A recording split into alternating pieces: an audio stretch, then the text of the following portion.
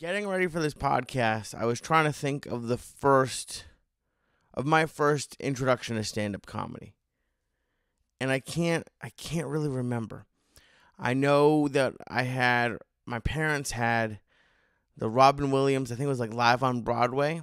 He did a joke about eating pussy and like ate out his elbow. It was hysterical. I know that doesn't make sense, but just because I don't know, I just remember as a kid he had hairy arms, and I was too young to even really know what it meant. Um, there was that one. I had the VHS. This might have been the VHS copy of a now disgraced comedian's album that I had. That might have been the first one. There were some George Carlin DVDs that at the house, but I don't remember the exact first. And then, of course, if you've heard, I'm sure you've heard me talk about before. If you haven't, there's a comedian who has since passed away named John Pinette, and he has a special called "I Say Nay Nay," and that one, even though the other ones were first, even though the disgraced guy and Robin Williams and Carlin, even though I probably saw those first. The John Pinette special, I Say Nay Nay, I was older. I feel like I was in like either late middle school or definitely high school. And I watched it with my best friend and his family and like our family. We got together. We watched it. I'm almost positive. Watched it a few times with my family. And then I don't know if I was in like maybe early college or like maybe end of high school. But there used to be if you've heard Rogan talk about it, you've heard probably Joey talk about it. There's a place in Boston called Faneuil Hall, which is right next to the Italian neighborhood, the North End, but it's not really Boston's Times Square, but it's the place where the tourists go. There's nothing wrong with it, but it's they have chain restaurants, like they had a remake of the Cheers restaurant there. They had, I don't know, they have places where you can get clam chowder in a bread bowl the size of a basketball. It's where tourists go. But at the top of it was a comedy club called, was it the Comedy Connection? Almost positive. And it was, I only went there once in my life. It was really big. And I remember I'm almost positive it was for New Year's Eve. I don't remember if it could have been a couple days before, a week before. It was around that time of year. My mom went. I went. I don't think my younger brother went. My best friend and maybe one of his parents went. And on the way, and we went to see John Pinette. And on the way out, my mom had a fake fur, like a faux fur jacket. And John walked by and like pet my mom's jacket, and she still talks, but she thought it was hysterical. And yeah, I tell you that to tell you because it's just stand up has always been a part of my life as a fan. I've told this story, I'm pretty sure, but when I went to go look at colleges, we drove around the Northeast, my mom, my brother, and I, listening to Dane Cook CDs, because that was and I've told that story too about hearing a Dane Cook CD on the way to wrestling practice, and then I remember going. This might have been definitely out of state comedy club. I can't remember if this was before or after John Pinette. I think it was probably after, or maybe it might have been before. It doesn't matter. On that college trip, I went to go look at NYU. Didn't get in. Not bitter at all. Also, I didn't really want to go there. But we went to NYU, went to New York. My mom took my brother and I to Gotham Comedy Club, which is still there, on the Lee Side tour of his past. And the comics, of course, made a joke because my brother was, if I was a junior, he must have been a freshman.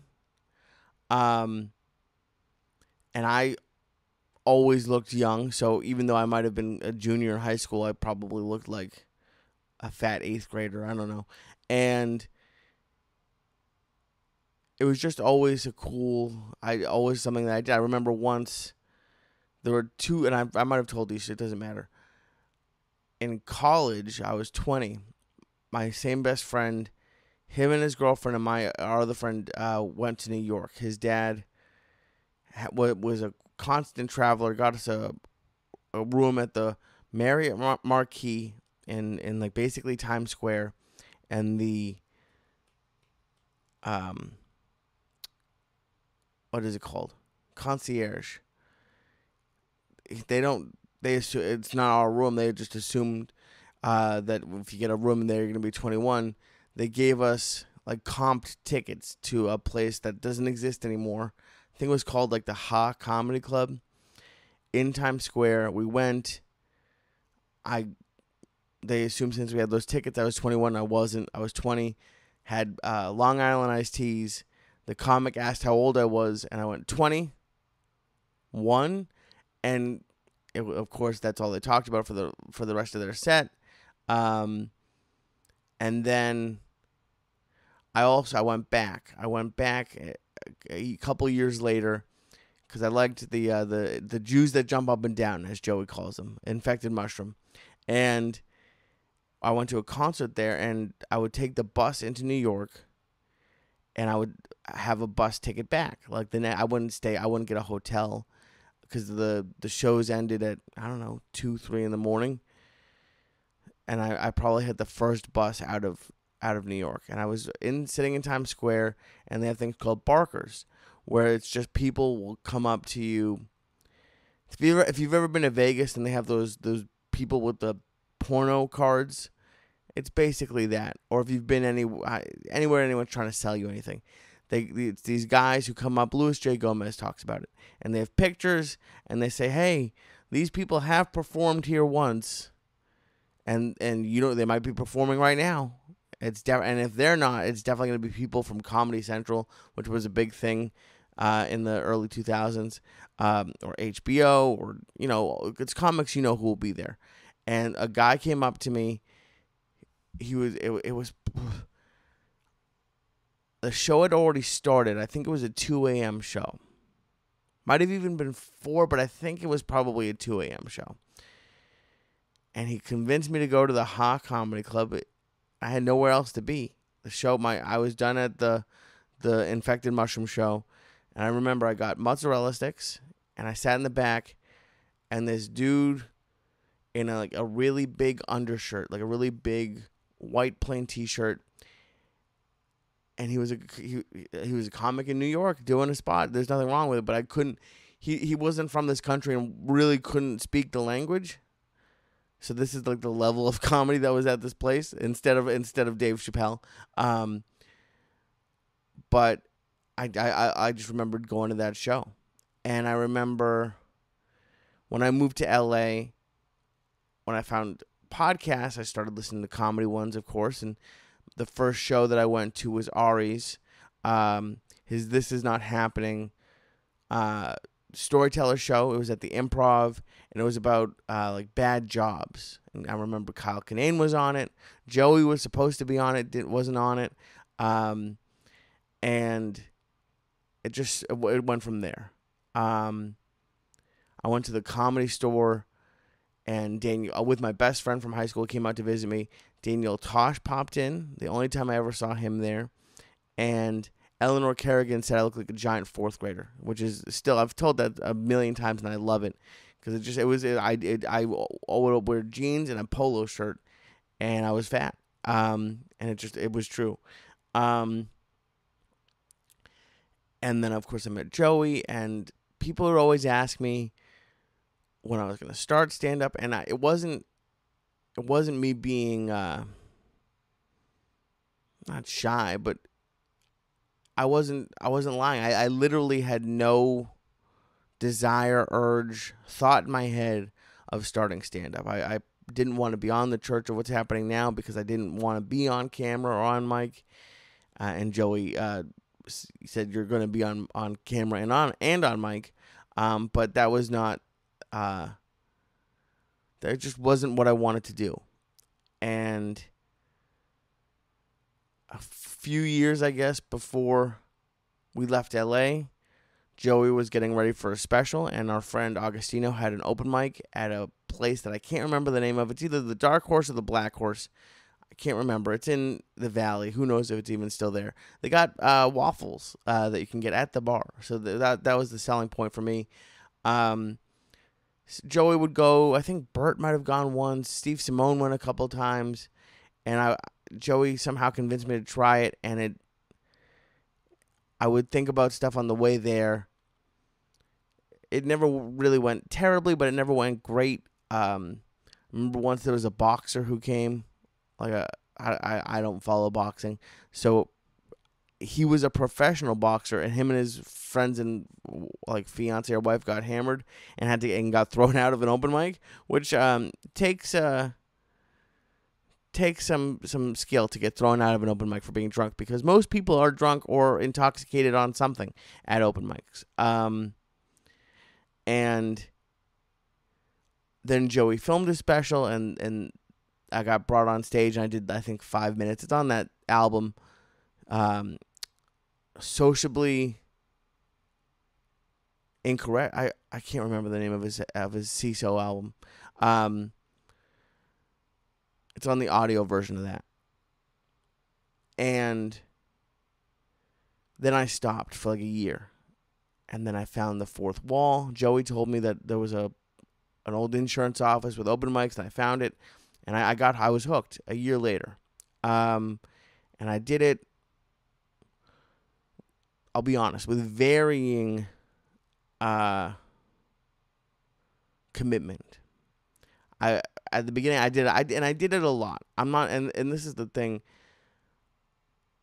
Every time I do a spot, even if it goes well or it goes not, so I try to be honest about my performance. Just because I like I said, I've loved it my entire life, and I don't, if you're not good at something, and like how people were with me with sports. Like if I strike out in baseball, but a good cut, you're good eye, you're trying your best. But then if the star strikes out, he gets yelled at. And I'm not calling myself a star of stand-up by any means, but I don't want to be the person who, they're trying hard, but they kind of stink. So we'll say he did good for who he is. If I'm gonna do stand-up, that's not the response that I want. And I've done well before, not as well as like a professional comedian. Like one of the biggest example I got of that, and of course I got lucky and got to open up for Joey and Tripoli, and I got to do some sets at the Comedy Store, really good spots. But there's a comedian named Jerry Rocha who asked me to host for him at the Oxnard Levity Live, and there was like 100-something people there. And I had a decent set, maybe a B. And Jerry was on the church, but he's not super famous. He had a Netflix special that Gabriel Iglesias produced, and he's been doing it for like over 20 years, I think, close to it, if not by now. Look him up on Instagram. He's on Twitch too. He's a great guy. But he's not like world famous. And I thought I had a good set. And I knew the laughs I was getting for that good set. And then I went backstage and I heard the laughs that he was getting. And it's just two different levels. So I'm not, when I talk about myself doing well, it's for my level of comedy. It's like a little leaguer is doing well for a little leaguer, but they're Hall of Fame, Major League Baseball. It's very different. But I'm not sure why I went into all that, to be honest with you. But I I've done okay before, and I've done very badly before. Like on this last trip to see Joey, I didn't open for him. Joey let me do like 5 minutes on his show because when I left LA, and that's how I got back there. To rewind 2 seconds. Towards the end of my time in LA, I was in my 3rd year. I just wasn't happy as a person, and I was still doing it, but I wasn't writing as much as I should have been. I wasn't going to different open mics as much as I should have. But I for the most part, over those first 2.25 years, whatever it was, 2.5 years in LA, I tried at it. I definitely, if you talk to anyone out there, like I said, they might not say he always did it well, but if you talk to people like Eric or other people who were with me at open mics, I wasn't phoning it in. I wasn't just getting. I didn't want to just do a spot like with Joey or with Steve or with Sam, or with Jeremiah Watkins. He took me out. I didn't want to do a spot and have people say, "Oh, well, he's here because of Joey, and he stinks." And then when the pandemic happened, there were no open mics. And I moved. I was in Milwaukee for 3 months, and then I came back to Boston, and I went to Florida and back here. And I did it a few times here, probably under 6. And then I went to LA. I was finishing up the Milwaukee work, and I did my retirement show. And that was sort of tongue-in-cheek, but what I said at the time was, at that time, I had just gotten the job I have now. I had no job. I was living with my parents, which I still am. But now it's more of by choice. And I didn't, throughout every comedy podcast that you listen to, you hear about comics taking 10 years at a minimum, and that's only not to just get like competent at the craft. And it's not just like 10 years of occasionally doing it. It's 10 years of doing it all the time. And you get after that 10 years, there's no guarantee, by the way. It's not like you with a regular job where you follow a list and you either get promoted or you'll get fired. You're basically out by yourself and then hoping someone thinks you're funny. And is willing to pay you for it more than like $20, which, by the way, when I got $20 for a set was pretty awesome because I usually paid to do open mics. But I didn't at that time after all the, because you guys have to remember, man, I think I had maybe 2 months notice that I was leaving LA. And I'm happy that it happened, but like I packed up my life. I helped pack up the office. I went to Milwaukee for a little bit, and then I came here, and my life was just completely different. And I was 30. What was I? I was 32. And I didn't want to imagine myself at 42 or 40, whatever, 35, living at home, being broke, and I couldn't, and that was it. Stand-up wasn't even involved.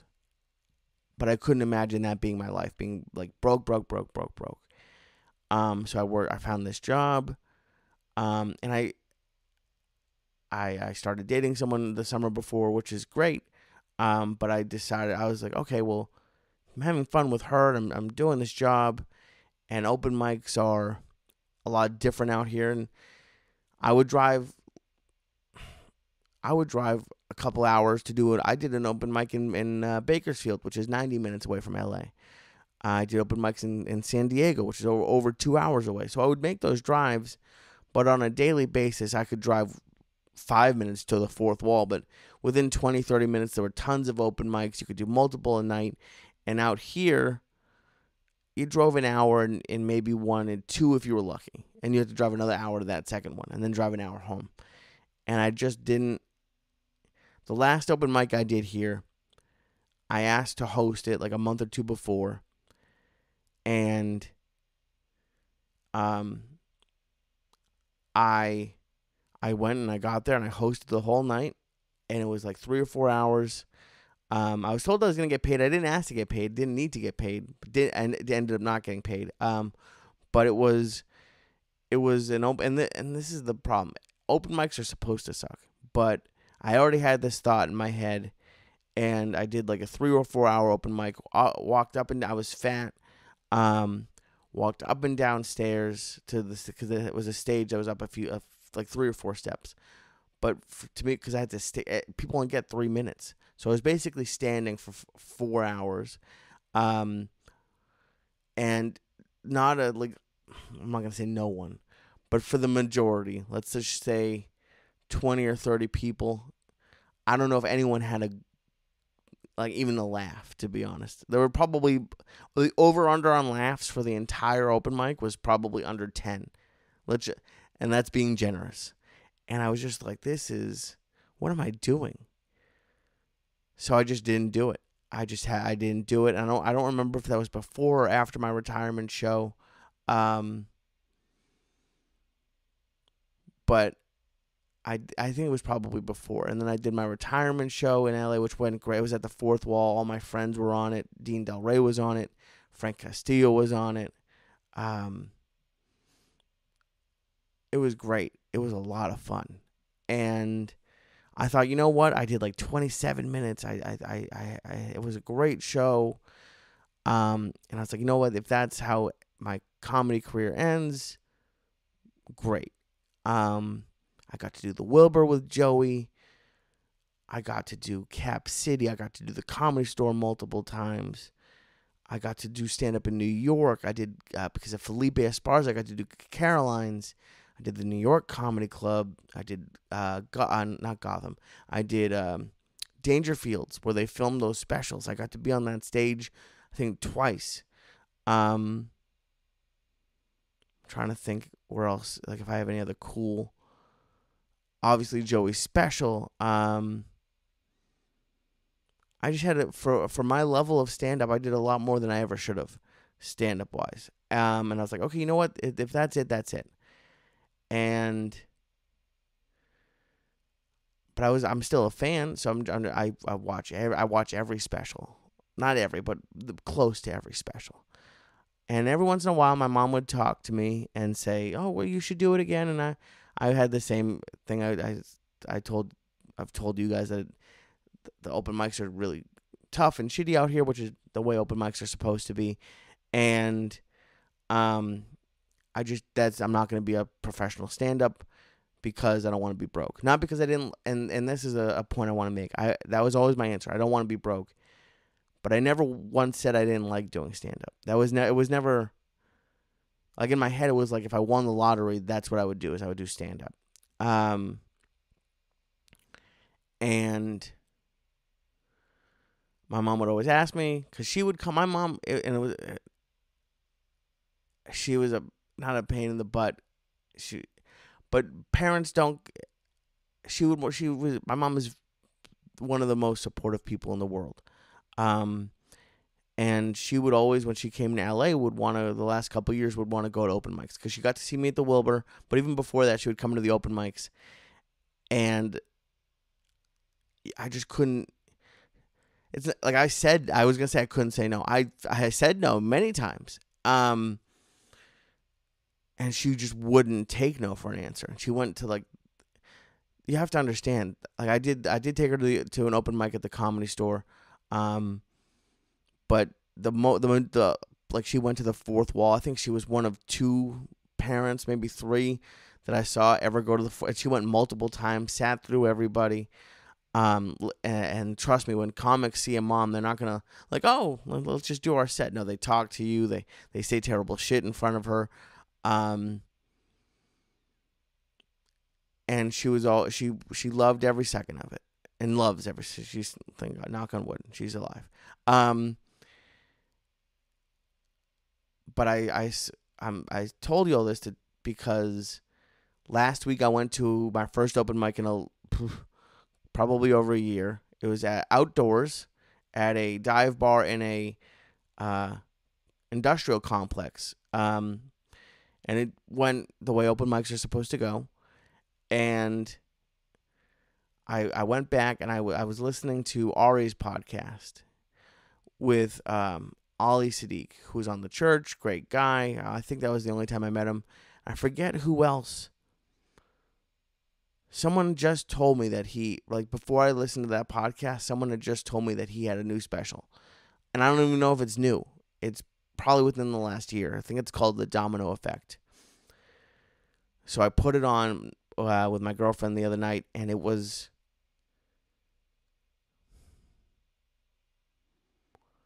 I'm going to say top 10 special I've ever seen. I didn't write a list, so if it's top 11, sue me. One of the best specials I've ever seen. And the problem, because I've always loved specials, the problem with specials for me is usually either I don't think they're very funny. And that has nothing to do with me. That's not me as a stand-up saying it.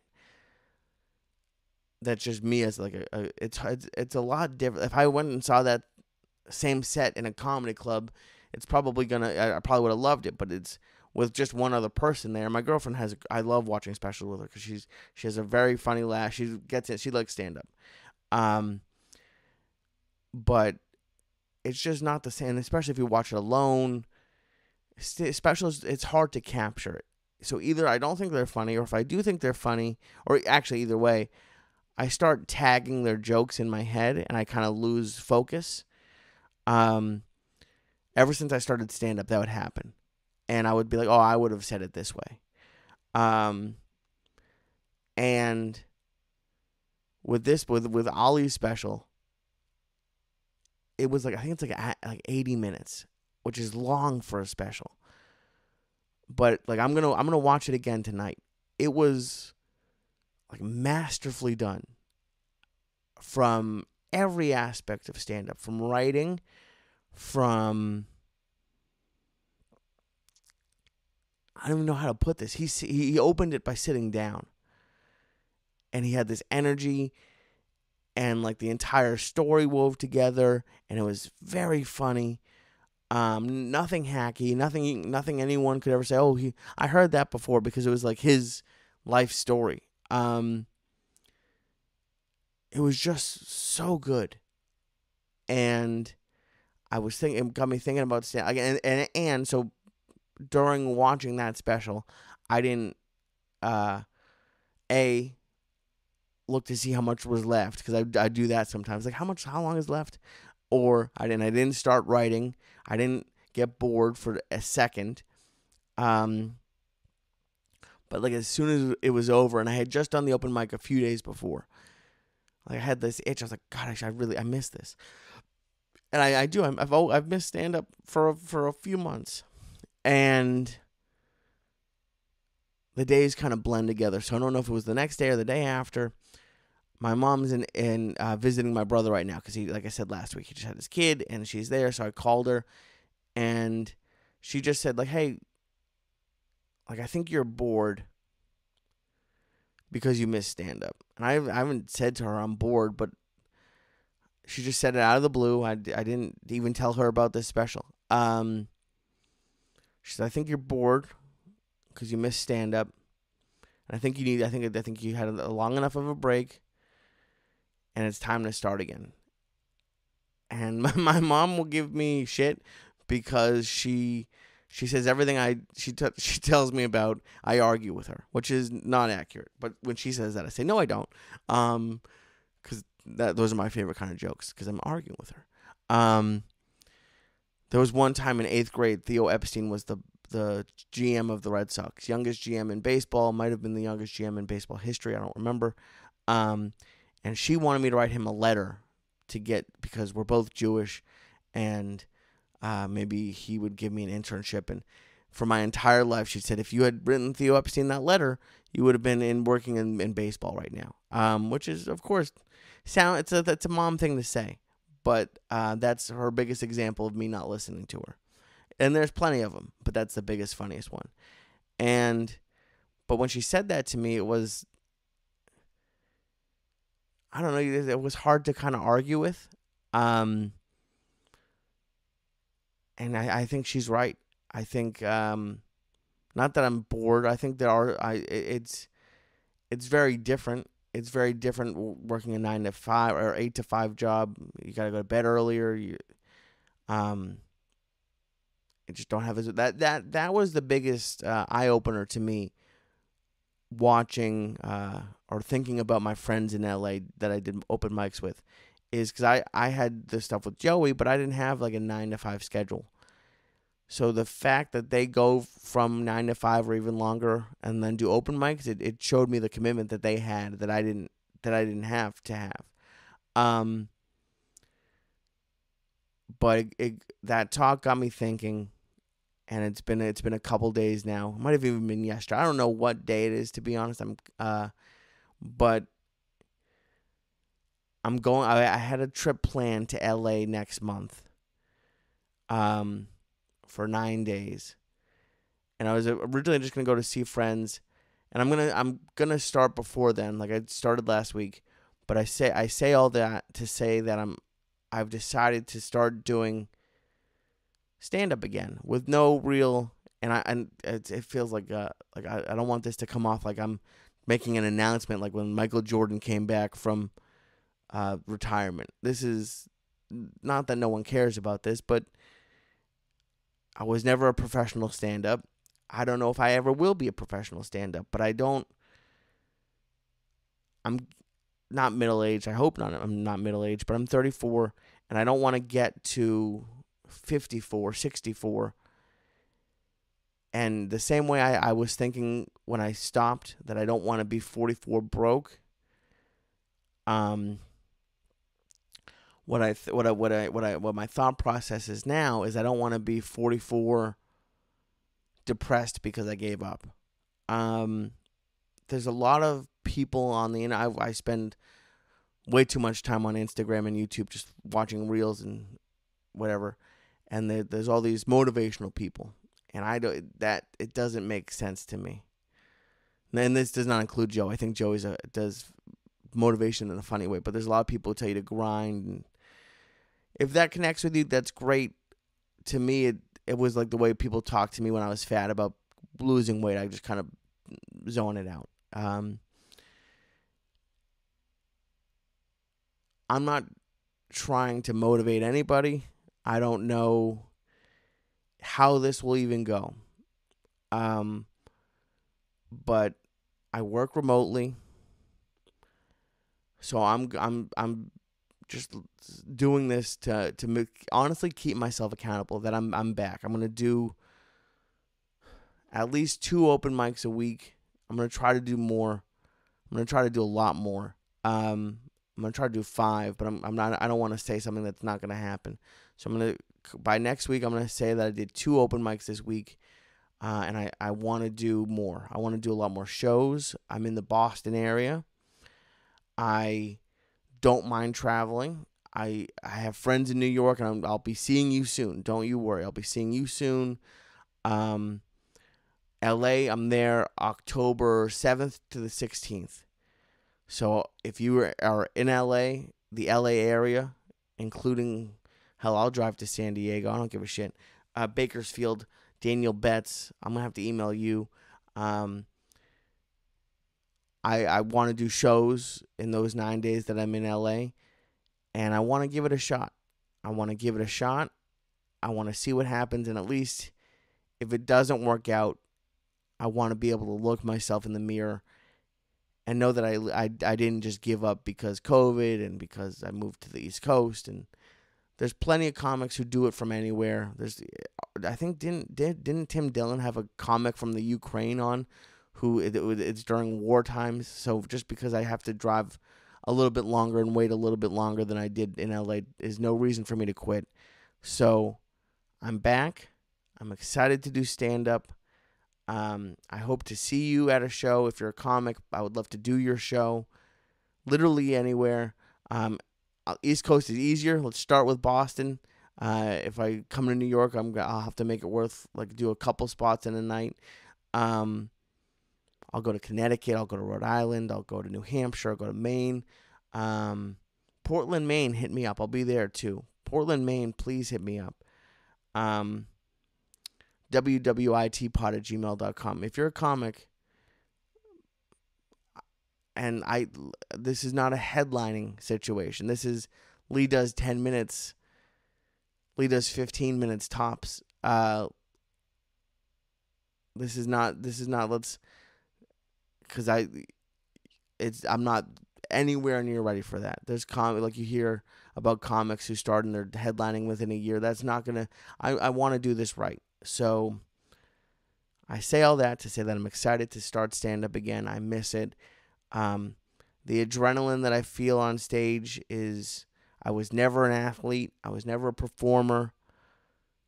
The only other place I got it was from gambling, and I'd rather pay $5 to do a set than lose thousands of dollars. So it's better. So I'm excited. I love stand up. I love you. Thank you very much for watching and listening. And I'll be back next week on What Was I Thinking?